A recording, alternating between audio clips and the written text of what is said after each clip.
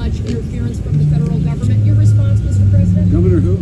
Comment about the comment that President Biden made recently. Well, I guess I'm not surprised that Biden doesn't remember me. I guess the question is what else has he forgotten?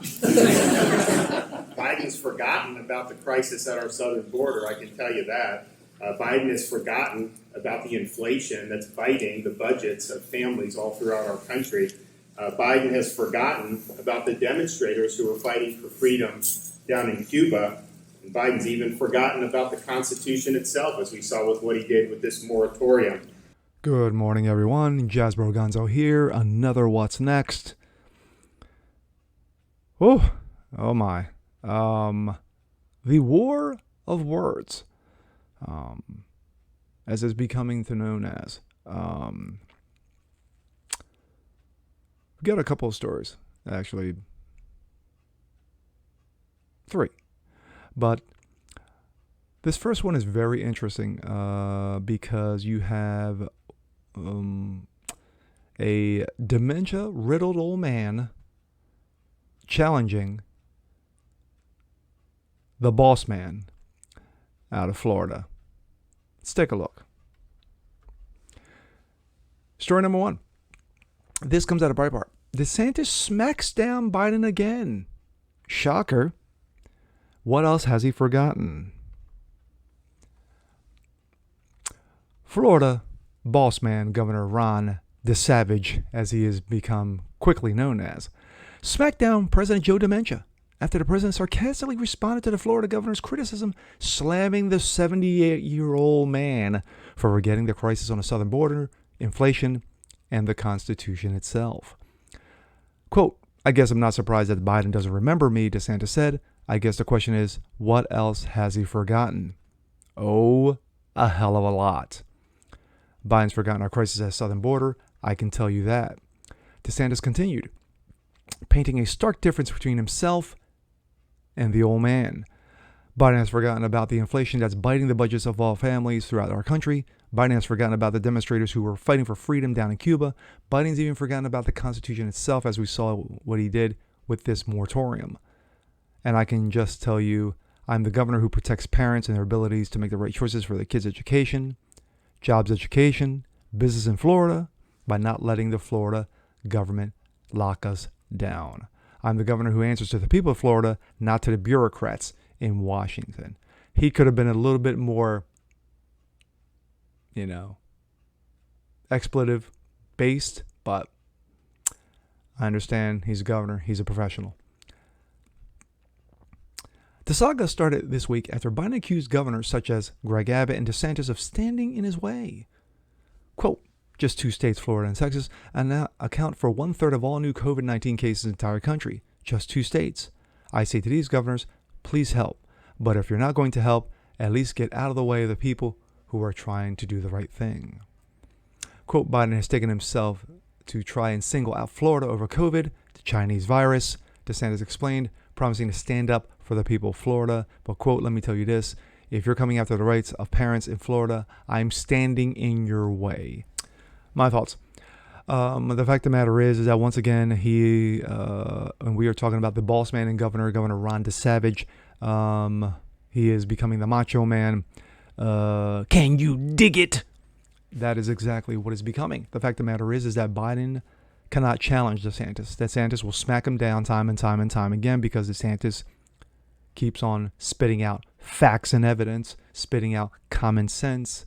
And of course, Biden doesn't know what common sense is, nor what facts, nor evidence, nor what day it is, nor what color socks he wears, nor what breakfast he had that morning, nor what his name is. But this is what you are going after. And of course, the left is going to paint a picture that DeSantis is picking on the old man. How dare he pick on Sleepy Joe? How dare he pick on a man who likes to just sniff kids? How dare he, likes to, fondle women that are not his wife? But anyway, I'm not going to let facts stand in the way because that's what the left does. But, the saga is going to continue, and expect the Savage to keep doing what he does best, smacking down nonsense. And this comes out of Outkick. University of Wisconsin removes racist rock, not this one, racist rock over 1925 newspaper headline. A 42-ton boulder believed to be 2 billion years old was removed Friday from the University of Wisconsin main campus after the school's Black Student Union leadership determined that the rock was racist. Not that one. Due to a 1925 newspaper headline. Chamberlain Rock, named after the former university president, was lifted from its resting spot and moved to university land southeast of Madison, where it will live out its life. The 1925 headline in the Wisconsin State Journal, quote, "Dig up N-her-head," is believed to be the only time the rock was mentioned by that name, historians say. But the Black Student Union said that was one too many mentions. And the rock, not this one, said it was time to go. It was always having a racist history. $50,000 was raised from private donations to do just that. Quote, "This moment is about the students, past and present, that relentlessly advocate for the removal of this racist monument," Juliana Bennett, a senior and campus representative at the Madison City Council, told the Associated Press. Quote, "Now is a moment for all of us, BIPOC students, to breathe a sigh of relief, to be proud of our endurance, to begin the healing." Stealing from President Dementia. In November, students told campus planning committee that the rock was a daily reminder of the injustices past, present, that the students of color faced on campus. Not that rock. The rock is said to have been carried by glaciers from near Canada and dropped on land that would eventually become the University of Wisconsin's campus. Ice receded 12,000 years ago, and boom, there's a massive rock. I see this as offering the next generation of students something to build off of, said UW-Madison senior Nala McWhorter, who led the fight to remove the rock. "We've got this project going, and now the next round of students can continue to work on other demands and come up with other ideas. We hope this movement and momentum carry on." And just like that, on to the next demand. And what could those demands be? Could it become separate toilets, separate water fountains, separate counters at the diner? You know, to defeat that white racism that has plagued this country for so long. You keep fighting, Wisconsin students. You keep fighting for justice.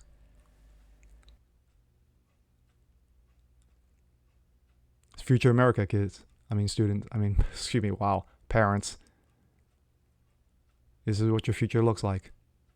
Wow. Now we go on to the final story. This comes out of Blaze Media. Transgender advocates annoyed as trailer hits for series about a plague that kills every mammal with Y chromosome except one man. The first trailer was released this week for a TV adaptation of the popular comic book series Y: The Last Man, and it's raised the ire of trannies. Advocates, As you might already be able to tell, the series itself might be a cause for anger with the trans community, but it's even deeper than that. The premise is that a plague kills every mammal on Earth with a Y chromosome except for one man. His name is Yurik, and his pet monkey Ampersand. Yes, based on a comic, those are the characters' names. And the only others left are non-Y folk. The woman. Get the picture now? In other words, what about the trans? What about men pretending to be women? Would they have survived the plague?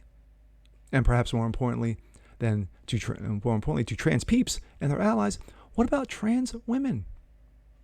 You know, men pretending to be women, whose rallying cry has always been, trans women are women. And even though they wouldn't have survived the plague.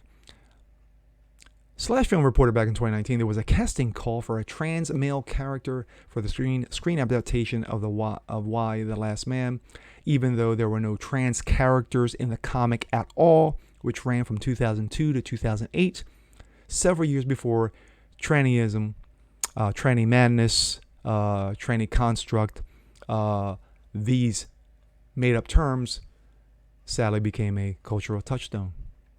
Slash Film said it reached out to FX, which has taken on the series, for a comment on the reported trans male character, but they were told to kick rocks and pound sand. What about trans women? Even if there are trans male characters in a series, it would seem that Why the Last Man still face a problem with the trans community. There's no way trans women could survive since they have Y chromosomes. Here is the trailer. Sorry, as we close out.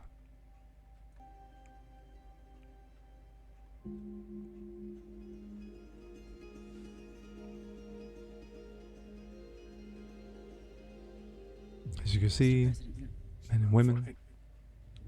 Come on, guys.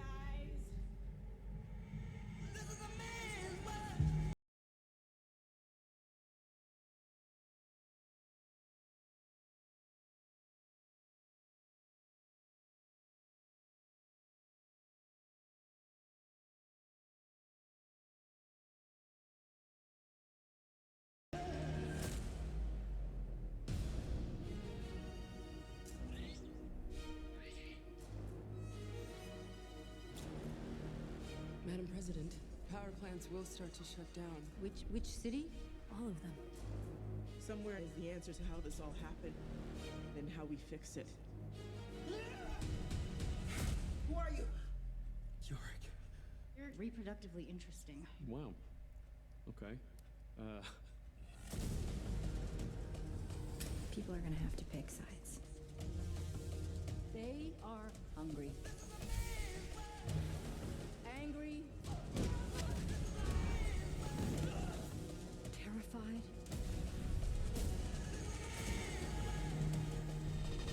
We will rebuild together.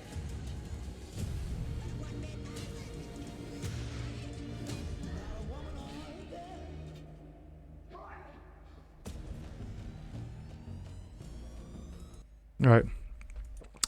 Close this out. The fact of the matter is, this is a very interesting premise. I am familiar with Why the Last Man because there is a, it's based off the, of course, that's based off the manga.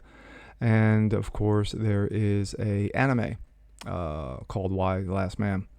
So it's a very interesting premise that FX decided to take this on. Now, from what I'm seeing of the trailer,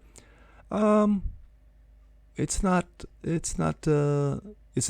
well, you want to hope that it's not a woman's world and now we have to kill the last man, because for the women who want to have children, who want to have families, who want to be married, he's the only one you got. He's the only one left. Basically, it's like Noah. Once the floods receded and there was no one left, there was Noah's family and their family to repopulate the earth. So now you have a world full of women, about 3 to 4 billion women per one man. I would say, as that dude, you're going to be a very busy dude. You're going to be very busy and a very tired man spreading your seed across the planet. But it's going to be very interesting to see how this series takes place. But to go back on the story, so you're going to, in the comic, there was a tranny that was forced into the comic. You know, we have to be politically correct. You know, we have to have identity politics. We have to check those boxes. But hopefully, FX is smart enough to go based off the comic, off canon of the comic, and not be politically correct. But we're going to see. It's an interesting concept.